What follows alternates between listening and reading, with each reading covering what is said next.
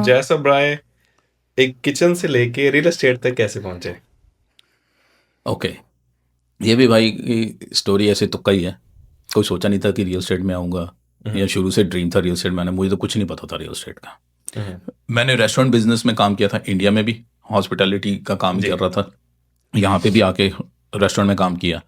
2012 में मैं कलोना में था, 2010 में चला गया था मैं। I got married in 2010। मैं कलोना चला गया। मेरे को शुरू से था कि मैंने ना कैनेडियन कल्चर को अडेप्ट करना है, कि मैं सीखना चाहता हूँ। और मैं सरी में मेरा कंफर्ट था, मैं चाहता था कि चैलेंजेस आए, मैं लाइफ में इंप्रूव कैसे करूँगा। तो मैं कलोना गया, वहाँ पे उस वक्त इंडियंस इतने नहीं थे। मेरे रेस्टोरेंट में मैं अकेला इंडियन था। वहाँ के कल्चर को समझा, यूथ को समझा, इंग्लिश इंप्रूव की, कैसे बात करते हैं, कैसे अपने आप को कैरी करना है, वो चीज़ें सीखी। 2 साल किया, अच्छी सैलरी बन रही थी, मेरे पैसे $10,000 बनता था। मैं और मेरी वाइफ थे, अपार्टमेंट रेंट पे लिया हुआ था, बच्चे थे नहीं तब। मैंने अपनी वाइफ को बोला मैंने वापस जाना है सरी। कहती क्यों? मैं कहा ग्रोथ नहीं है मेरी यहाँ पे, छोटा सा शहर है, यहीं पे रह जाऊँगा, इसी रेस्टोरेंट में काम करता रह जाऊँगा लाइफ में। दैट्स बैक इन 2012 2012 में कोई जॉब नहीं थी सरी में। मैंने कहा सरी जाऊँगा, बड़ा शहर है, वहाँ पे जाके काम करूँगा। She was not in favour, क्योंकि रिस्क था। जॉब भी नहीं ढूंढी थी सरी में। कहती जॉब तो ढूंढ ले। मैं जॉब कोई नहीं, वहाँ जाके ढूंढ लेंगे।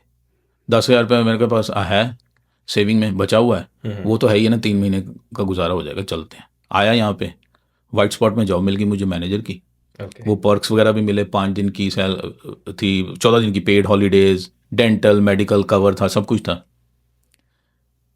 तो मेरे पास अपॉर्चुनिटी आई रेस्टोरेंट खरीदने की साउथ सरी में, 152 और 28 पे। तब उसका नाम होता था माई विलेज इंडियन रेस्टोरेंट। तो पता तो था ही नहीं कि कैसे खरीदना है। शुरू से काम यही था कि बिजनेस फैमिली से हूँ, बिजनेस करना है। मैं उसके पास वहाँ पे गया, रियल्टर को पूछा कैसे लेते हैं। उसने बोला $70,000 का है ये। बनी थी डील, 1,20 मांगते थे, 70,000 का बना मेरा वो। मैंने वो ले लिया, उधारे उधूरे पैसे लिए, सब कुछ किया, वाइट स्पॉट की जॉब छोड़ दी कि बिजनेस करूँगा। अगेन जितने भी तब नोन थे, दोस्त थे, वो कह रहे थे पागल है, वाइट स्पॉट की जॉब है, तू मैनेजर लगा सीधा ही, तेरी कल को तू जीएम हो जाएगा, ये हो जाएगा, वो हो जाएगा। मैं कितने कमा लूंगा? 70,000, 80,000, लाख? मैं ये करने नहीं आया कनाडा। आई थिंक वो बिजनेस माइंड वाला जो कीड़ा होता है ना, वो फैमिली से आता है। अपना बिजनेस करना, अपना काम करना, वो खून में चलता है। कि भी मैंने देखा था ना डैड को काम करते हुए भी। अपने काम में तो मजा अलग है, sky is the limit, you can go as far as you can. फिर अपना काम शुरू किया, उसमें भी एक फेज था, बहुत स्ट्रगलिंग फेज था रेस्टोरेंट में। जब मैंने शुरू किया, पैसे पूसे थे ही नहीं मेरे पास। चलो लॉन्ग स्टोरी शॉर्ट, वो ले लिया, आपका पॉइंट है। 2016 में मैंने अपने पार्टनर से बात की, जतिन शर्मा उसका नाम है। हाँ, आज भी वो रेस्टोरेंट इंडस्ट्री में। मैंने उसको बोला, बड़ा अच्छा दोस्त है मेरा, हमने इकट्ठे स्टार्ट किया था रेस्टोरेंट, इकट्ठे काम करते थे दिल्ली जंक्शन में। तो उसको मैंने बोला कि यार मैं ना कुछ और करना चाहता हूँ। कहता क्या मतलब? रेस्टोरेंट अच्छा खासा चल रहा है। मेरी $1,00,000 इनकम थी तब, $10-12,000 मैं महीने का खर्चे निकाल के कर रहा था। और स्टार्ट किया था शुरू से, उसकी $1,500 सेल होती थी। उसको मैं ले गया था $70,000-80,000 महीने की सेल पे। तो फिर मैंने, उसने बोला कि क्या करें फिर। मैं कहा यार इस रेस्टोरेंट की इंडस्ट्री की प्रॉब्लम पता क्या है, हम किसी पे डिपेंडेंट है। डिश वॉशर नहीं आया, सर्वर नहीं आया, कुक चला गया है, मेरा काम रुकता है, मेरे को स्ट्रेस है, और मैं ग्रो नहीं कर सकता, मैं मल्टीपल रेस्टोरेंट नहीं खोल सकता, क्योंकि मेरे को स्टाफ चाहिए। फिर मैं अकेला बंदा हूँ, मैं वो काम करना चाहता हूँ, 1 मैन शो। कहते ट्रक चला लेते हैं, मतलब लिटरली ऐसी बातें कर रहे हैं हम बैठे।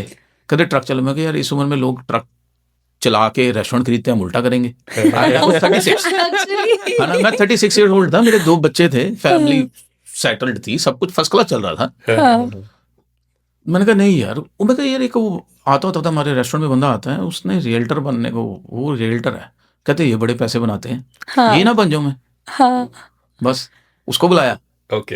वो भाई ने तो मेरे को सही गाइड नहीं किया, वो कुछ और मेरे को ले गया कहीं WFG में ले गया। Oh my God, yes. वो मैंने किया, इंश्योरेंस करते करते मेरे को समझ में आया ये मैं नहीं कर सकता, ये तो कुछ और ही है। फिर मैंने जो मेरा था सीनियर था, मैंने उसको बोला, उसने भी मेरे को बोला कि तेरे से पास नहीं हो रहा एग्जाम, इसलिए तू बोल रहा है, मेरे को पता ये टफ है।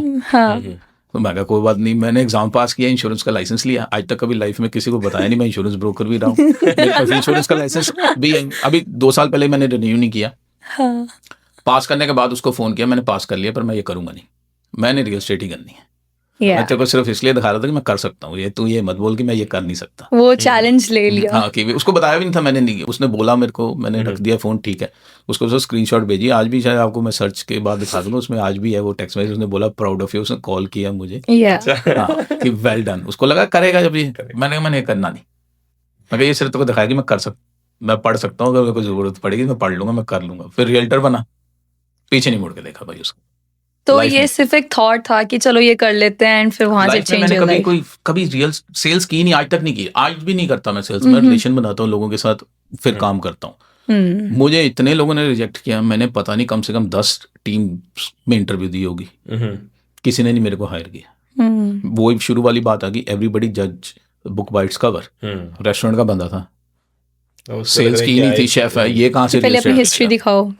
रियल एस्टेट का कोई एक्सपीरियंस नहीं है, ये कहाँ से करेगा रियल एस्टेट, Yeah. क्या करेगा, नहीं किया।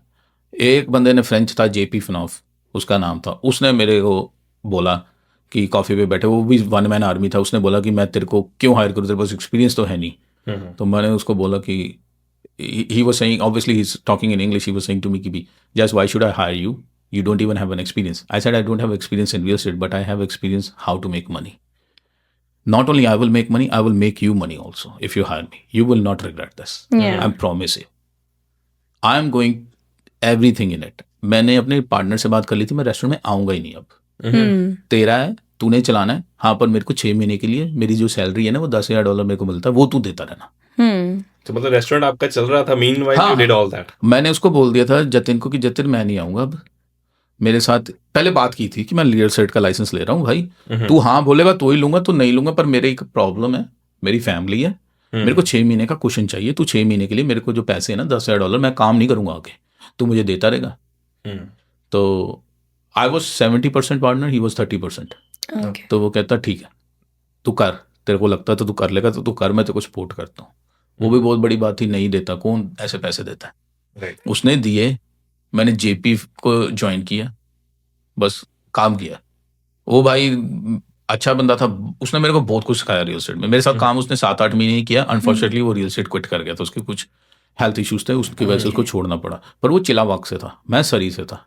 उसने मेरे को प्रॉमिस बहुत कुछ किया था, लीड्स दूंगा, ये दूंगा, एडमिन के असिस्टेंट दूंगा, तुझे कुछ नहीं करना पड़ेगा, कुछ नहीं दिया उसने।